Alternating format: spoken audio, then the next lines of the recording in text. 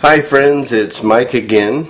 So today I want to start off and talk about one of the people that as a student of the humanities, that any student of the humanities can't get around, can't not study no matter what they do. And that is a man by the name of Carl Jung. He was a prominent Swiss psychiatrist and psychologist. One wasn't good enough, he had to be both.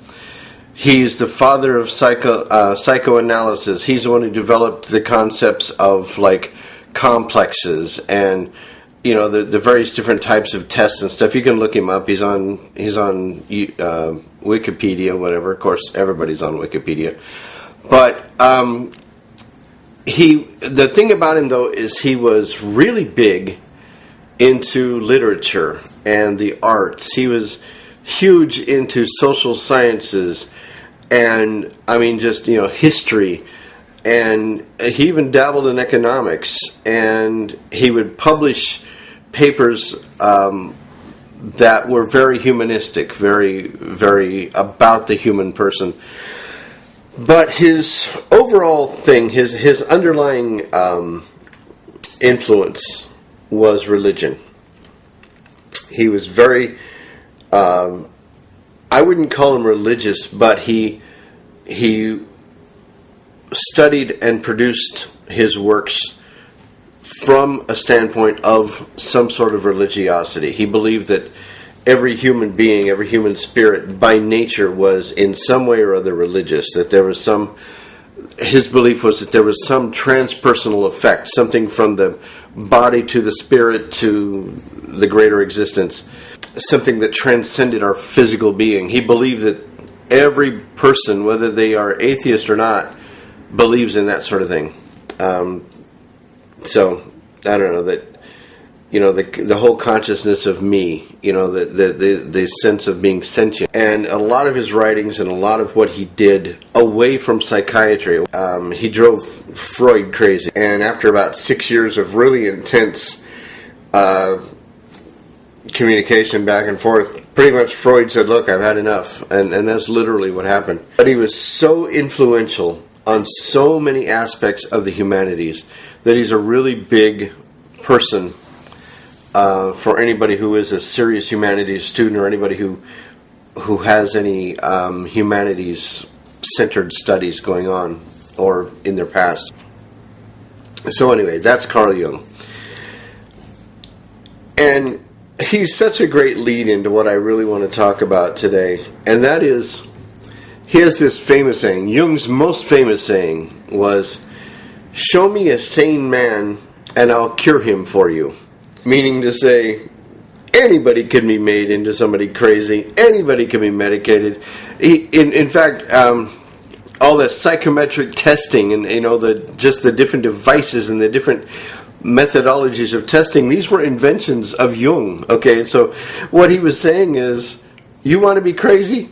Let me spend some time with you. I'll make you crazy. The courts will call you crazy, whatever the deal was. And when he died in 1961, I mean, it was that kind of thing about psychoanalysis of crazy people that was getting a lot of murderers off. Okay, so this is his great contribution to society, I guess. But he said, bring me a sane man and I'll make him crazy. I'll cure him for you. He said, bring me a sane man and I'll cure him for you. Which brings me to the topic of what I'm here for today, and that is, we do that on a regular basis in this country.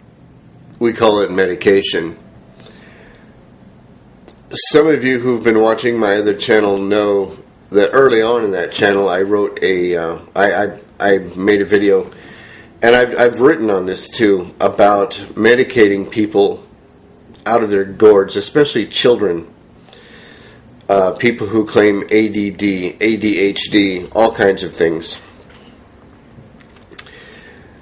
And now there's this new thing on the market. It's called Provigil. I saw the video on it yesterday. It was on the news last night. Apparently you can take a pill that will awaken your brain I don't know, people are talking about it makes them use other parts of their brain. They can take the pill once, and 30 hours later, they're still wide awake building furniture. I mean, I don't know. And it says there's like no side effects. Tons of doctors saying that they have not seen a side effect, although nobody knows about the unknown stuff. So, again, a cure for which there's no known disease, I guess. But it reminds me, a friend of mine, really good guy, has gotten over a lot of demons, alcohol, drugs. He quit smoking. He's fixed his life. He crawled out of the gutter. He has an apartment. He has a job. You know, I mean, he's just really rocking right now, this guy. And he's like a year and a half younger than me. And I'm really proud of him. It's my buddy Jack. I made a video about him. But Jack takes Depakote. They gave him Depakote at the VA. He goes to the VA all the time. They give him Depakote, which is valproic acid, and it's a psych drug. And he says it makes him just loopy as hell. But it also kind of covers whatever things he perceives that he has wrong with him. And there's a lot of other drugs out there, Haldol, and lithium, and Thorazine, and just a ton of different things. Another friend of mine gave me this medication here. A lady who she stopped taking it. It's called citalopram, and what it is Celexa, and it apparently helps you shut your mind off so you can sleep. It takes away your anxiety, but on the other hand, it's an antidepressant. It's a spooky drug, if you ask me, because the same drug does opposite things at the same time, and I think that's just spooky. And this is from, I mean, remember, I was a nurse for 10 years, and before that I was a medic in the Navy for 4 years, and pharmacology is what I knew. Probably better than any other skill I had was pharmacology, and I got to tell you, that's a spooky combination. But that's by far not the only ones. I mean, there's Zoloft, and you know, I mean, just all these pills. You know the ones I'm talking about. They're, you know, for anxiety in crowds, or for antidepressant, or for sleep. You know, I mean, Ambien, and just all these drugs that are just outrageous psych drugs, and you know, my point is, I think not only are we over medicating our children, you know, we give these kids whom we think that they're too much to handle, so we give them drugs so that we can handle them. Chemical nannies is what I called it in the other video. Because it's convenient, because here these parents are in their late 30s or early 40s, and they're having kids, and maybe the kid was an accident, and the kid's a bit much to handle because kids are kids, and of course it takes away from your career and the golf course and your charities and your docent duties at the local art gallery. I mean, whatever the deal is, people are using these drugs to babysit their kids, and it's wrong. But the thing is, we're doing it for adults too. Anybody can walk in to the hospital if they got an insurance card and say, I have sleep apnea, I fall asleep in the daytime all the time, I have narcolepsy, I can't fall asleep. And then you get this new drug, Provigil, and I think that's what scares me the most. Even though it sharpens your mind, and you're some people say they're 150% more productive, and they just couldn't live if they don't have this drug. They did an experiment with one guy, went off his drug for 3 days, and said he felt sluggish and horrible. Took the drug, he said 17 minutes later, it's like somebody turned the lights back on. That's just spooky, you know, and we're doing this to society, to adults and to children. We're doing it to our society, to the society. We are dumbing down our society. Not only are we dumbing down schools, and believe me, I'm going to have a whole playlist on this channel about education, what we're doing to schools, what we're not doing, and what we could be doing, and you know, college stuff. But the point is, I am really not loving how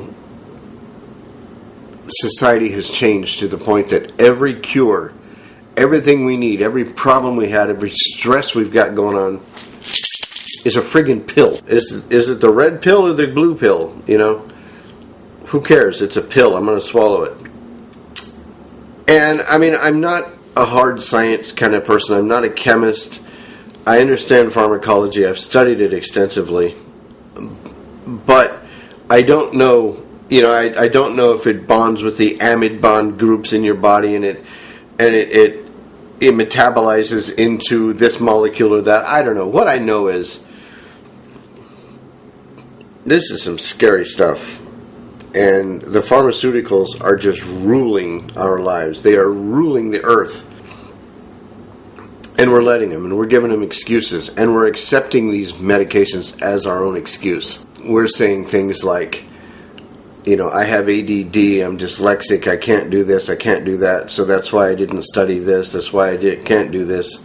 I'm not going to be able to read that because I'm just not so good at this. We're letting ourselves down by doing this. We're giving ourselves these excuses. So what I have to say is, maybe we should all just sit back and take a minute and realize what we're doing, and maybe not take the pill this time and just see what happens, and maybe not give the pill to the kid this time. Just come up with some ideas. Maybe it'll work. Maybe we don't need this medication, and maybe we don't need the modern day Carl Jungs of the world that will take a sane man and cure him for us. I just think that this country is going to hell in a handbasket. Our society is, and I think we're doing it to ourselves. I don't think there's this magic NWO doing. I think we're doing it, and I think that while we're still aware enough and have the power to do something about it, I think we should, and probably have to on a grassroots level, do something about it. But I'm really concerned for this country. I really am, and it's because of this and all the billions others like it. I think we're heading in the wrong direction, and we're doing it to ourselves. We can't blame anybody but us. So, it was just my opinion. See ya.